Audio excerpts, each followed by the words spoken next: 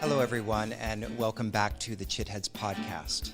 Today's episode is actually extracted from one of the sessions of the 30-day sadhana that I have been teaching for embodied philosophy. In this 30-day sadhana, we are exploring a particular text called the Matsyendra Samhita, which is an early text associated with Hatha Yoga that also has a very interesting practice associated with the chakras and the yoginis that are associated with them. Initially, I had planned to just speak for about 10-15 minutes and then practice every day for the 30 days of this sadhana, but it's actually turned out to be about an hour every day. I spend about 30 minutes unpacking a particular concept. I explore some philosophical material that helps to contextualize the text historically and philosophically and to explore some of the worldview associated with the text. And we also, of course, explore various translations of different passages from the text itself. One of the core concepts that will perhaps be familiar to many of you listeners is this concept of Bhāva, this Sanskrit word Bhāva. This concept of Bhāva is connected to a theory of imagination that helps us to make sense of and contextualize the practices of visualization that are illustrated throughout the text. So on one particular day, I explored this concept of Bhāva, from which we get familiar words like bhavana, and so I thought I'd share it with you. Before we transition into it, a couple reminders. We do have a new YouTube channel, so if you're listening to this as audio and you want to follow us on YouTube, just go ahead and head to YouTube and search for Chitheads, and it should come up. And if you're a fan of the podcast and you've been listening for some time, or you're new and you feel like supporting us, you can offer a one-time donation at buymeacoffee.com/chitheads. That's buymeacoffee.com/chitheads. You can leave a donation for as little as $5. And if you do, I will mention your name on a future episode of the Chitheads podcast. It really does go a long way to supporting this work, and so I greatly appreciate it. Lastly, please consider leaving us a positive review on iTunes. They really do make an impact in getting this podcast out to those who've not discovered it yet. And so if you enjoy the podcast, please do consider leaving us a review on iTunes. So without any further ado, let's go ahead and get right into the episode. Thanks for listening.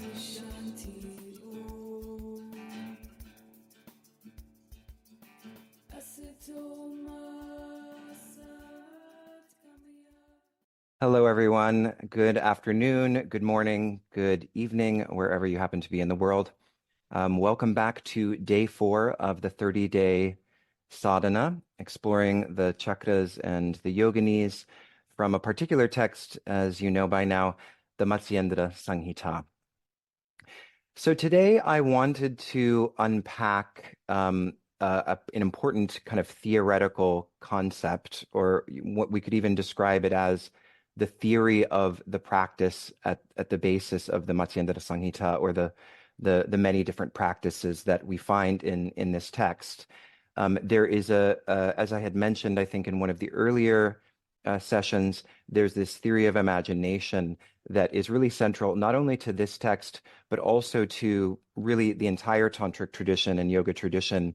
And it's when we really engage with it, it's quite a radical idea and really pushes back quite a bit against kind of our cultural presuppositions about, what the role of the imagination is and how it plays into reality itself and the creation, the radical creativity of our lives. So this term, which you're probably very familiar with if you are not new to the yoga tradition, is this term Bhāva, this Sanskrit word Bhāva. Now, Bhāva actually has a lot of different meanings. It means being, becoming. It has this sense of a state of things. You might have, if you're familiar with the Vaishnava tradition or the Bhakti tradition, you often hear people say, I'm in the bhav, right? I'm in the mood, in other words. So bhava, this word of mood or kind of disposition, it means a state of being, but also a state of becoming. And we find it in words like bhavana, which maybe some of you are familiar with. This term means, well, it's often translated, in my view, somewhat problematically as meditation, because of course, what do we mean by meditation here? But bhavana is really better translated, particularly in the context of many facets of the tantric tradition, as creative contemplation, or Kiss defines it as empathic imagination. And so, what does this have to do with our practices, right? This is just a bit from one of the articles by this very celebrated scholar, Alexis Sanderson. Perhaps some of you have heard of him. And I think he captures really beautifully here what kind of what bhavana is really all about, or this term bhava and its role and meaning in the context of tantric practice. The thinking which the theorists of the Siddhanta, right? Siddhanta, the Shaiva Siddhanta, is sort of the earliest form of Shaivism, or at least the most organized form of Shaivism, because we could say there was proto-Shaivism all the way back to the Vedas in the form of Rudra. But the Shaiva Siddhanta is kind of the dualistic Shaiva tradition that was the precursor to the more esoteric and non-dual traditions that were oriented around the goddess. So reading this again, the thinking which the theorists of the Siddhanta had in mind was not the cognition of a fact, but a kind of mental work which produces a result through effort. It is seen as imagination with the power to cross from the imaginary, kalpanikam, to the real, satyam. So transcending the dichotomy between these domains, which marks the world on which ritual works, ritual being kind of a particularly important in the Siddhanta, but also it becomes more internalized within the more esoteric meditative traditions of non-dual tantra, which of course, when we're doing our visualization, we are doing a form of internal ritual, right? And in the earlier dualistic traditions, it was more ritual was performed externally primarily, in a very similar way, that's analogous to kind of the Vedic Brahminical tradition of performing these various sacrifices and rituals of honoring the various deity forms. But it's not that the non-dual esoteric practitioners didn't participate in external rituals. It's just that they would have also been performing these internal rituals through meditation, and from the perspective of their philosophy and cosmology, this was actually a more important part of it. And in some sense, the external ritual was sort of, in some sense, superfluous, even though they might perform it almost at a cultural level, right? It was sort of necessary to stay rooted in the cultural milieu, at least according to the Tantrikas. Anyway, that's another topic. So getting back to this, it is certainly the case that the effect, namely Shivaness, is made present in the mind of the ritual agent. But this is not because his ritual has become cognition of a fact, in this instance recognition of self, but rather because it is the nature of tantric ritual to realize in this way what is desired and not yet existent.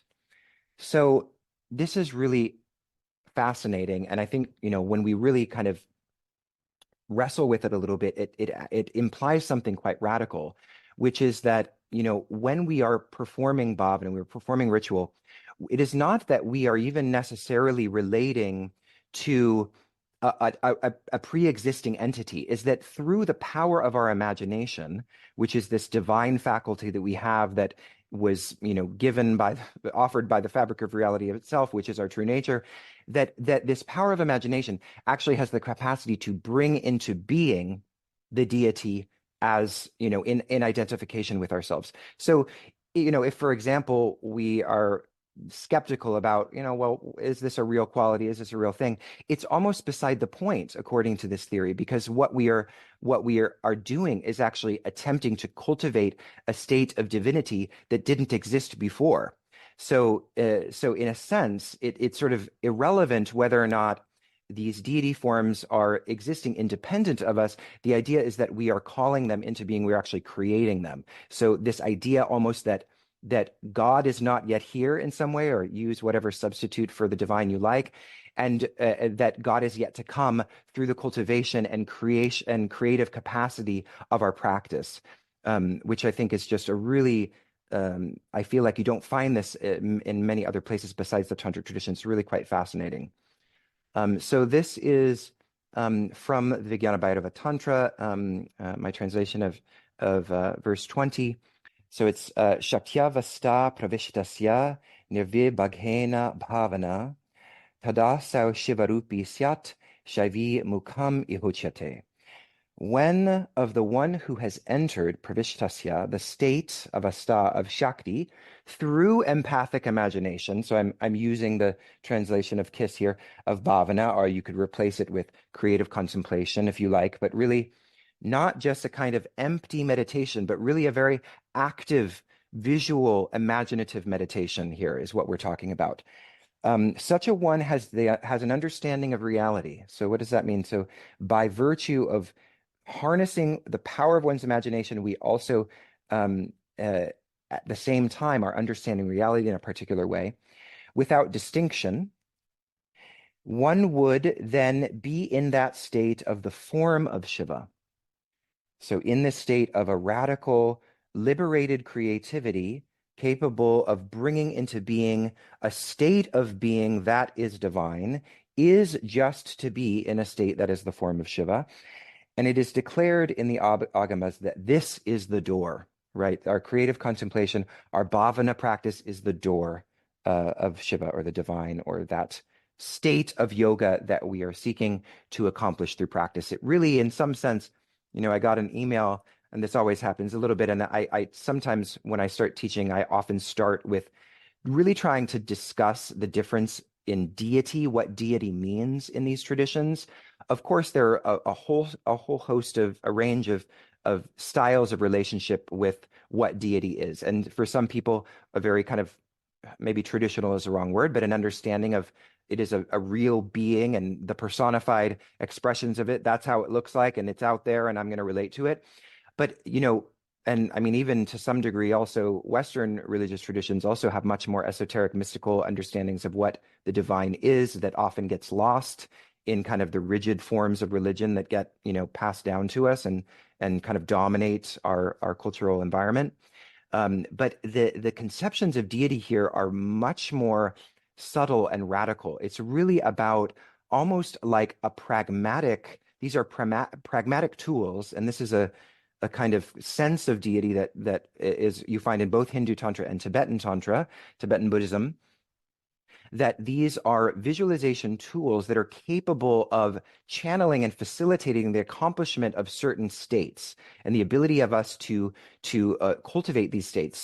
So we are using, they are devices, they are real in a sort of qualitative sense, but they are also, in a sense, already aspects of who we are. But because we don't have any symbols or knowledge systems to help us connect to these latent faculties that we have within us, the Tantric traditions are offering us essentially tools for us to essentially awaken dormant faculties and capacities that already pre-exist. You could think about it even in terms of, neurochemistry, and I obviously know nothing about brain science, but, there's this common, thing that people will point to about how we only use a certain portion of our brain, and there's this huge swath of the brain that's not active, and blah, blah, blah. And then, of course, there's also the evidence showing how in certain meditative states, contemplative states, neuroscientists are seeing, who are willing to actually explore this, all sorts of other areas of the brain light up. That's another sort of topic for another day. But but you can think about it in terms of that there are these essentially, there's a corresponding brain state for all these faculties and dispositions and ways of seeing, ways of perceiving our reality that are not yet available to us. And the question is, well, why? And one answer to that is that our cultural conditioning just does not have a place for any of these things, right? When we look back anthropologically at other traditions, including the Sanskrit tradition, yoga tradition, there's so many things we read that don't make any sense to us because we don't have the cultural lexicon to find kind of analogous understandings, and that doesn't necessarily mean that we can't at some point understand it in some visceral way. So we draw on our contemplative practices in a sense to cultivate the possibility of these states in our lives, and the traditions of philosophical inquiry, the knowledge systems, the texts themselves. These are profoundly important because they essentially open up our imagination to possibilities that we don't even know are there.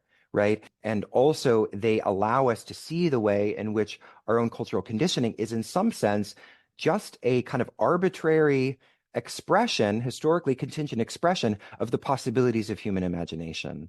Right. And so we're quite radical in that way, quite antinomian in pushing back and saying, no, the imagination isn't just something in the realm of fantasy. It's not just something for kids or artists. It is active in everything that we do, whether we recognize it or not. And actually, in a lot of ways, the cultural imagination is what dominates our imagination.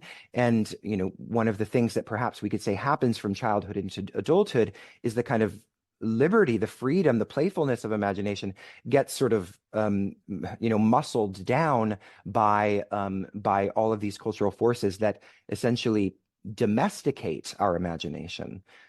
So yeah. So anyway, that's Bhava.